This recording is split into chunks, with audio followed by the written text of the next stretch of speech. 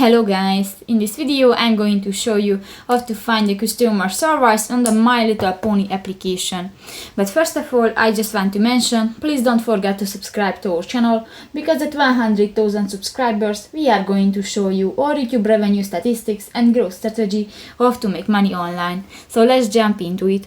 First of all, open the application on your device. That's my Phony Village, and you can find so many buttons in the home screen. You go to the three line at the upper right corner of the screen, and in the settings section go to the information and click to the first button, the help. The help section, go to the second button, the contacts, and you can find the contacts info. And in the Gameloft Connect, you can find the customer care button,